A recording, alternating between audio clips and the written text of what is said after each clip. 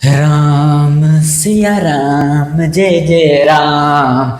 नमस्कार दोस्त, स्वागत है आपका सिया राम स्टडी चैनल में। मैं आपका दोस्त राधे राय का बात करने वाले हैं बाल राम कथा पुस्तक के द्वितीय अध्याय जंगल और जनकपुर के भाग 5 की।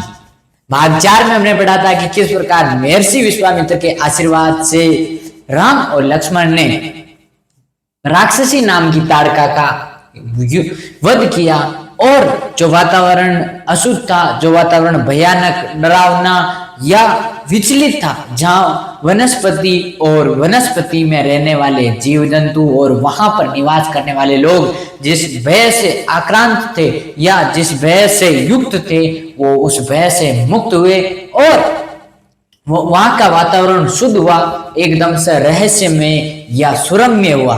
चलिए बात करते हैं कि इससे आगे क्या होता है कि प्रभु श्री राम ने जिस प्रकार ताड़का राक्षसी का वध किया और उसके बाद क्या प्रभाव पड़ता है या क्या घटनाएं घटती है, उसके बारे में विस्तार से जानेंगे।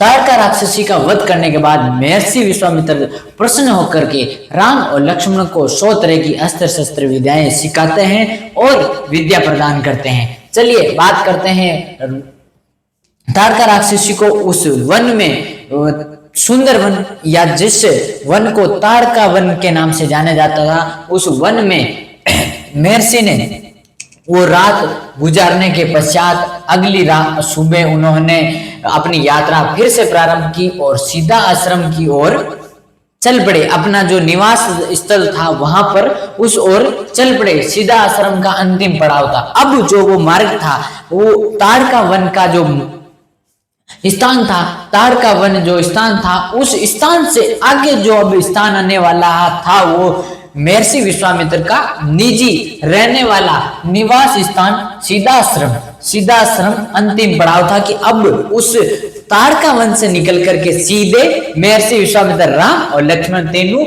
सीधा आश्रम पहुंचने वाले थे। महर्षि का आश्रम रास्ता छोटा भी था कि अब अंतिम पड़ाव सीधा आश्रम ही आने वाला था और रास्ता छोटा भी था, मनोहारी भी। प्राकृतिक सौंदर्य का आनंद लेते हुए तीनों लोग जल्दी जल्दी आश्रम पहुंच गए कि रास्ते में आने वाले प्राकृतिक सुंदर दृश्यों का आनंद लेते हुए राम, लक्ष्मण और महर्षि विश्वामित्र रास्ते में आने वाले प्राकृतिक सौंदर्य को ग्रहण करते हुए आराम से आनंददायक स्थितियों के साथ सीधा आश्रम पहुंच गए। जल्दी जल्दी आश्रम पहुंच गए। आश्रम वासियों ने उनकी आगवानी की। महर्षि विश्वामित्र के जो आश्रम में जो सेवक थे, आश्रम में जो शिष्य थे, आश्रम के अंदर जो कार्यकर्ता थे और जो यज्ञ के लिए आए हुए महर्षि ऋषि गण थे, उन्होंने सबने महर्षि विश्वामित्र और राम व लक्ष्मण का आगवानी यानी स्वागत किया। आगवानी यानी स्वागत, वेलकम करना। अभिनंदन भी किया। अभिनंदन यानी नमस्कार किया, उनका प्रणाम किया कि आइए, बैठिए, पधारिए, कि अभिनंदन किया। उनकी प्रसन्नता दुगनी हो गई। अब आश्रम वासियों की और महर्षि विश्वामित्र की जो प्रसन्नता थी, जो खुशी थी, वो दुगनी हो गई। महर्षि विश्वामित्र के आश्रम लौटने की खुशी, राम लक्ष्मण के आगमन का सुख, विश्वामित्र यज्ञ की तैयारी में लग गए कि चारों तरफ खुशी का वातावरण हो गया। सीधा आश्रम में जैसे ही राम के पैर पड़े, राम और लक्ष्मण के जैसे ही पैर पड़े, पूरा का पूरा वातावरण खुशनुमा हो गया कि राजकुमार हमारे आश्रम में पधारे, कि राजकुमार अयोध्या से राम और लक्ष्मण दोनों हमारे आश्रम में आए। सभी लोग बहुत खुश हुए और महर्षि विश्वामित्र अपना जो कार्य था, जिस उद्देश्य से जो यज्ञ कर रहे थे, उस यज्ञ में बाधा डालने वाले राक्षसों के खिलाफ युद्ध करने के लिए या बाधा डालने वालों का सामना करने के लिए वो दोनों राजकुमारों को लेकर आ गए और अब वो अपने यज्ञ के कार्य में जुट गए थे।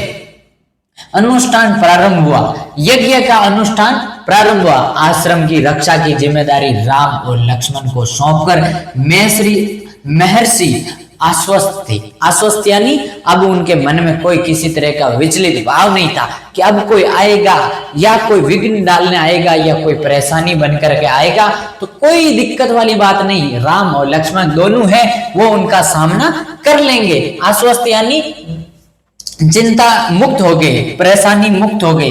अनुष्ठान अपने अंतिम चरण में था। अनुष्ठान, यज्ञ का जो अनुष्ठान था वो महर्षि विश्वामित्र के आने से पहले ही चालू ही था। महर्षि विश्वामित्र ने राजा दशरथ से कहा कि मेरा यज्ञ का अनुष्ठान है जो 10 दिन का ही बाकी रहा है, मेरा यज्ञ है अब 10 दिनों में पूर्ण हो जाएगा। 10 दिन पूर्ण होने से पहले ही बाहर से राक्षस आकर के हड्डियां वड्डियां फेंक कर हमारे यज्ञ को भंग कर रहे हैं या हमारे यज्ञ की जो पवित्रता है उसे अपवित्र कर रहे हैं। यज्ञ कुछ ही दिनों में 5 दिन तक सब ठीक ठाक चलता रहा। यज्ञ का अनुष्ठान जारी रहा, यज्ञ करते रहे महर्षि ऋषिगण और वहां पे सारे जो यज्ञ के अंदर आहुति देने वाले मौजूद थे वो सब यज्ञ करते रहे। लगभग 5 दिन तक ठीक ठाक चलता रहा, शांति से, निर्विघ्न यानी कोई किसी तरह की परेशानी, कोई किसी तरह का विघ्न या कोई किसी तरह की बाधा आई नहीं, निर्विघ्न। लगता था कि राजकुमारों की उपस्थिति ने राक्षसों को भगा दिया, कि ऐसा लग रहा था यज्ञ के अंदर कि राम और लक्ष्मण की उपस्थिति ने राक्षसों के पैर गाड़ दिए या राक्षसों के मन में भय पैदा कर दिया कि अगर हमने उधर मुंह भी किया तो राम और लक्ष्मण हमको छोड़ेंगे नहीं, या राक्षसों के मन में जैसे भय सा बैठ गया था।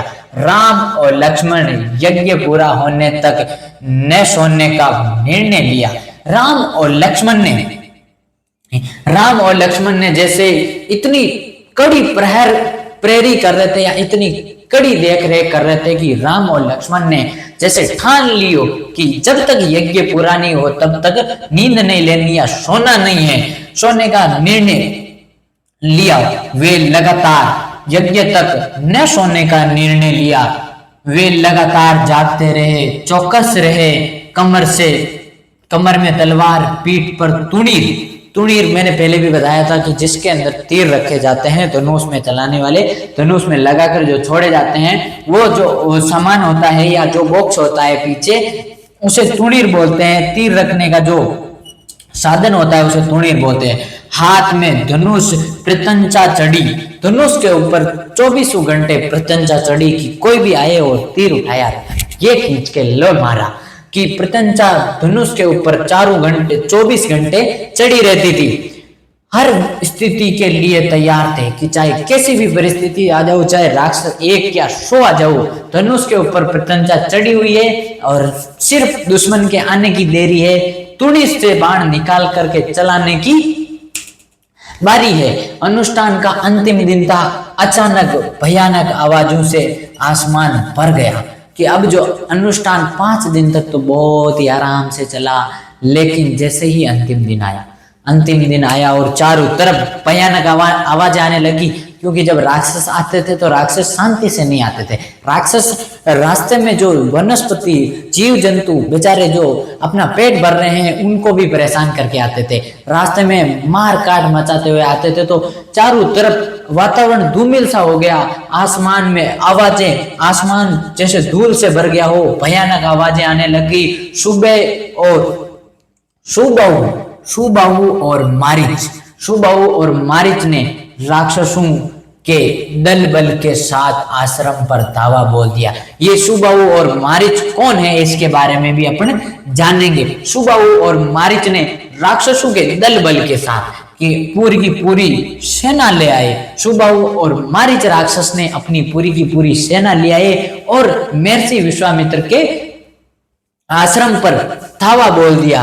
मारीच क्रोधित था, यज्ञ के अलावा भी इस बात से कि राम लक्ष्मण ने उसकी मां को मारा था, ताड़का को।